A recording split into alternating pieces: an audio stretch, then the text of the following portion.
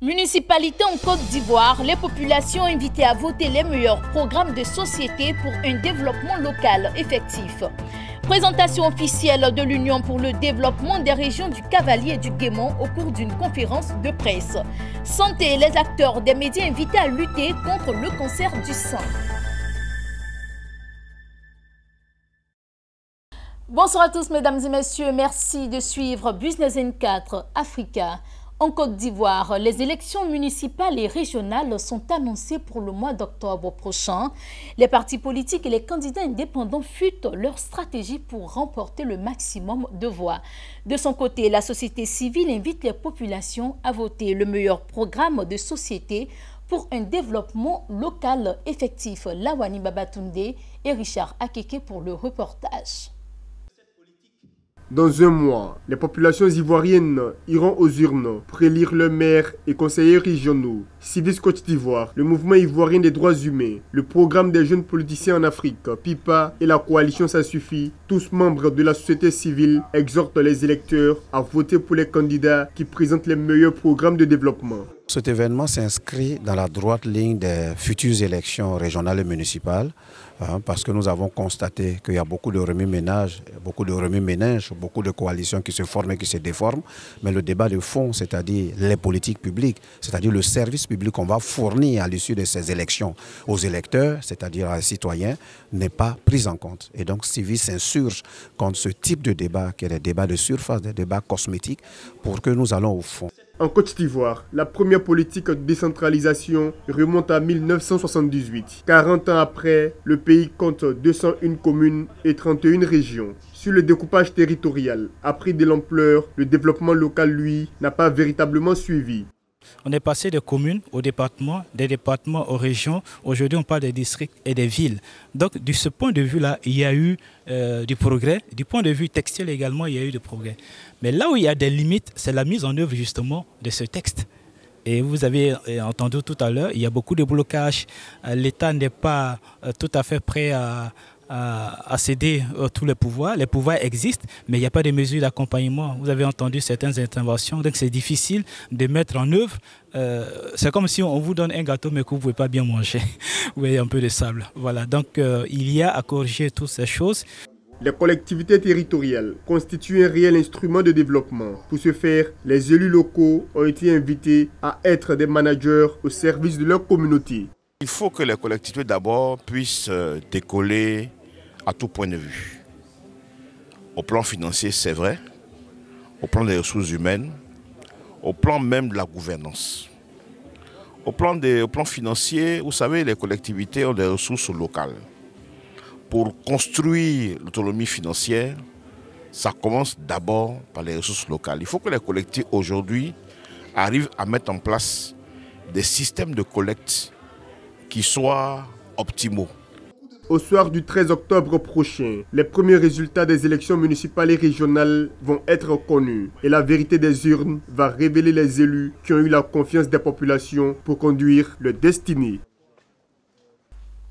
Irobo, village du département de Jacquesville, riverain du parc d'Azani, a décroché le prix du meilleur village éco-citoyen de Côte d'Ivoire. L'information a été livrée au cours de la 4e édition du prix vert pour la conservation du parc national d'Azani. Mon désir Nascimento Gifini pour le commentaire.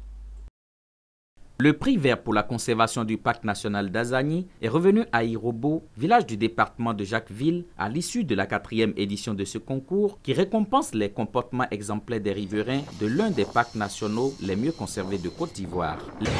Sur le plan originalité, il offre un canal bambou et une mare qui lui permet d'accueillir de façon saisonnière certains oiseaux migrateurs.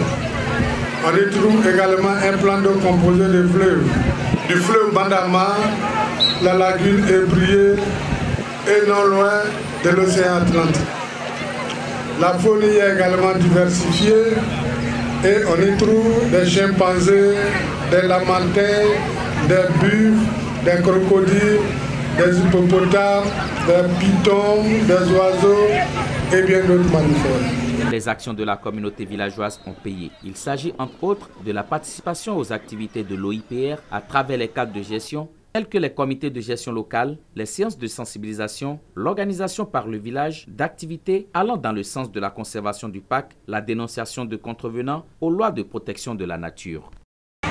Il faut signaler que les populations constituent le partenaire de l'OIPR pour la conservation des parcs nationaux en général. Et pour ce qui concerne le parc national d'Azagny, notre premier partenaire, ce sont les populations qui vivent à la périphérie de cette aire protégée. Donc pour créer une saine émulation entre ces populations, pour une meilleure conservation du parc national d'Azagny, nous avons décidé d'instituer un privé, de sorte que toutes les populations qui vivent à la périphérie du parc national d'Azagny contribuent à la conservation de ces espaces. Notons que la 4e édition du prix vert pour la conservation du parc national d'Azagny s'inscrit dans le cadre de la mise en œuvre du projet filière agricole durable de Côte d'Ivoire, FADSI, dans sa composante parc et réserve. Les régions du Cavalier et du Guémont ont été gravement sinistrées par les crises successives qu'a connues la Côte d'Ivoire. Pour combler l'énorme retard accusé par ces régions, ces cadres et travailleurs ont décidé de mutualiser leurs efforts pour la création d'une association. L'Union pour le développement des régions du Cavalier et du Guémont en abrégé, UDR-CG, a été récemment présentée au cours d'une conférence de presse tenue à Abidjan. Hervé Blagnon et Charles Kouakou. Optimiser les compétences pour impulser le développement des régions du Cavalier et du Guémont, deux grandes régions de l'ouest de la Côte d'Ivoire. Voici l'objectif affiché par les cadres et travailleurs de ces régions. Depuis le 10 février 2018, ils ont porté sur les fonds baptismaux l'UDR-CG, entendez Union pour le développement des régions du Cavalier et du Guémont. Bon, la mission, c'est de contribuer d'abord à la cohésion sociale dans les régions du Cavalier et du Guémont, aux côtés de l'État, contribuer donc à la résolution d'éventuelles crises. On ne le souhaite pas, mais s'il y a des crises, il faut apporter une contribution pour que les communautés vivent en paix. Parce que l'État fait beaucoup d'efforts, mais il ne peut pas tout faire. Et donc chacun doit apporter sa contribution. C'est pour cela que nous avons décidé de nous regrouper pour optimiser les apports des uns et des autres. Sinon, les cadres ici, chacun apporte dans son petit village sa sous-préfecture. Mais si on est ensemble, on peut optimiser cet apport-là. Cette association s'est dotée de plusieurs organes, dont le Collège des doyens, une entité qui fonde beaucoup d'espoir sur ce rassemblement pour combler le déficit de développement des régions du Cavalier et du Guémont. Le président Ouattara nous a donné cette somme d'argent pour le Guémont et le Cavalier pour restaurer les enclos de nos masques. Donc on en a construit dans chaque sous-préfecture. À partir de ce moment-là, on a dit qu'on peut se mettre ensemble pour travailler. Les têtes couronnées de ces régions se tiennent aussi aux côtés de cette nouvelle association. Les chefs traditionnels saluent cette initiative et appellent à la mobilisation. Et moi, en tant que chef, je prêterai main forte à cette association de mon côté pour que ça aille de l'avant. La fêtière des artistes Oué n'a pas manqué ce rendez-vous de présentation officielle de cette union de développement. Son président témoigne du soutien de ses pairs. Nous allons donc suivre cette structure-là et puis eux ils vont le faire dans le discours et puis nous allons le transmettre en chanson. L'Union pour le développement des régions du Cavalier et du Guémont, UDR-CG, compte mettre en place des délégations au niveau de la diaspora. Une tournée est prévue à cet effet pour élargir l'effort de développement. Parlons de santé à présent. L'organisation non gouvernementale Ecomédia, regroupant les hommes et les femmes de médias, a organisé une conférence de presse pour inviter ceux-ci à sensibiliser la population sur les risques du cancer du sang. La deuxième édition de cette journée de mobilisation des médias contre le cancer du sang se déroulera du 19 au 20 octobre présent autour du terme sport et santé. Le reportage de Daniel Kodjo et Richard Akeke.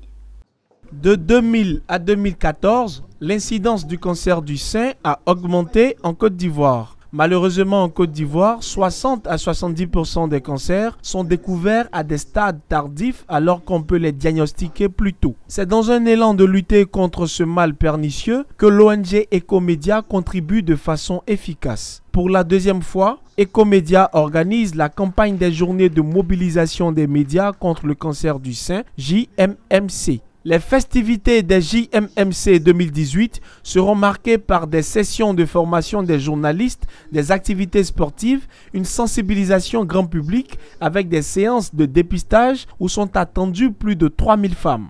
L'objectif principal de cette campagne étant de mobiliser les professionnels des médias pour sensibiliser contre le cancer du sein. Je vous invite, entre confrères, à nous dire pour une fois, on a le droit de prendre position sans avoir peur d'être taxé, d'avoir été acheté. Là, c'est une vraie cause pour nos mamans, pour nos sœurs, pour nos enfants. Dans ce cas des journées de mobilisation des médias, nous vous invitons tous, avec votre caméra, avec vos téléphones portables, avec vos stylos, relayez l'information pour sauver des vies. Comme on l'a dit au cours de la conférence, sans la femme, il n'y a pas de vie. Donc aidez-nous à sauver des vies en communiquant, en sensibilisant sur cette maladie. Pour Madame Guigui, cette lutte contre le cancer du sein est un devoir, une action noble et existentielle. Le cancer du sein est causé par bon nombre de facteurs, parmi lesquels la puberté précoce, la ménopause tardive et la première grossesse à terme après 35 ans. Selon les spécialistes en Côte d'Ivoire, le potentiel humain existe pour traiter cette maladie. Le traitement existe et si on se met ensemble, médias, personnel de santé, on pourra prendre en charge correctement cette maladie-là. La deuxième édition des journées de mobilisation des médias contre le cancer JMMC met en évidence 4 prix. Ces prix seront par ailleurs décernés aux meilleurs organes de presse pour la lutte contre le cancer du sein. Les productions journalistiques prises en compte sont celles réalisées sur la période d'octobre 2017 à octobre 2018. Et pour terminer ce journal, la China Development Bank a signé avec la banque égyptienne National Bank of Egypt un accord de prêt d'un montant de 600 millions de dollars. Ces ressources sont destinées à renforcer les fonds de roulement des entreprises, de clients et des banques. Voilà, c'est ici que se referme ce journal. J'ai été ravie de vous l'avoir présenté. Bonne suite de programmes sur Business N4 Africa.